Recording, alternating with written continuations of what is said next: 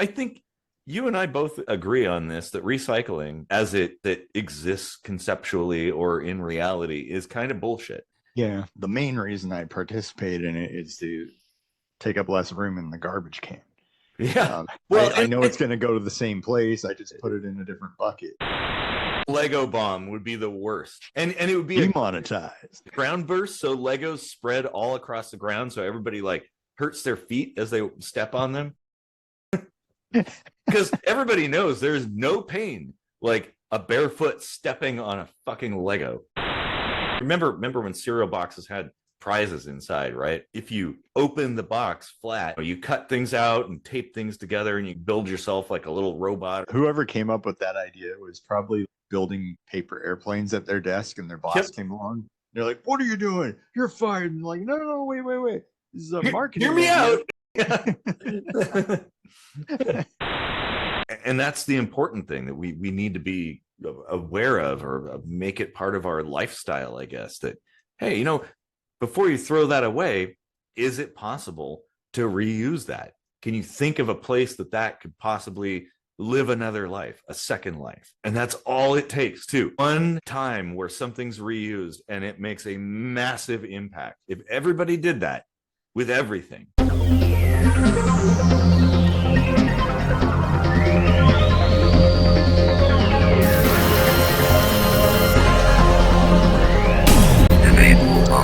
Deep sea diving.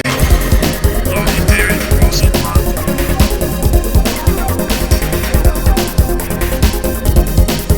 PC roster.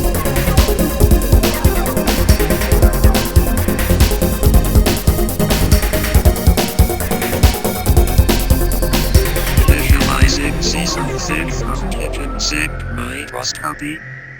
Which I think today we're going to talk about recycling. And reduce, reuse, recycle. Well, and various other fun jingles, right? Yeah. I think you and I both agree on this, that recycling as it exists conceptually or in reality is kind of bullshit. Like, yeah, the only reason the main reason I participate in it is to take up less room in the garbage can. Yeah. Yeah. Well, I know it's going to go to the same place. I just put it in a different bucket. Well, some things, like, okay, now, and I've mentioned this before, that there are certain things that recycling makes sense. Glass and aluminum cans. If you have enough, probably steel, various metals, of course, are generally recyclable, and certain plastics. But a lot of plastics are totally not recyclable, but yet people throw them in the recycle bin and off it goes, and they think they're doing their part to save the planet. Weird. Like it has those little recycle emblems and then a number inside, like 1 to 8 or something. I think it might be 7. 7, yeah. And so they're all technically recyclable, but the process by which whatever goes into that becomes increasingly more difficult, and not every region is capable, I guess. That's true. Yes, there's a completely different, horribly confusing, right? Like I that's exactly why people throw plastic in there when it can't be in there, because how are you supposed to know this shit? I know. Well, and I think maybe it's like this idea that, oh, we can recycle anything. And well, okay, technically, yes, you can, but the amount of energy consumed to recycle certain things outweighs the benefits. And in the end, yeah, you put stuff in there and most of it can't be recycled, or not efficiently at least, and it just goes into the landfill. Although there are certain plastics that, yes, they can be recycled almost infinitely. Many plastics can be recycled, but maybe only once or twice before degradation happens and stuff. And like, my thought is we as consumers should be encouraging companies to use stuff that can be either recycled or reused. Like, you know what?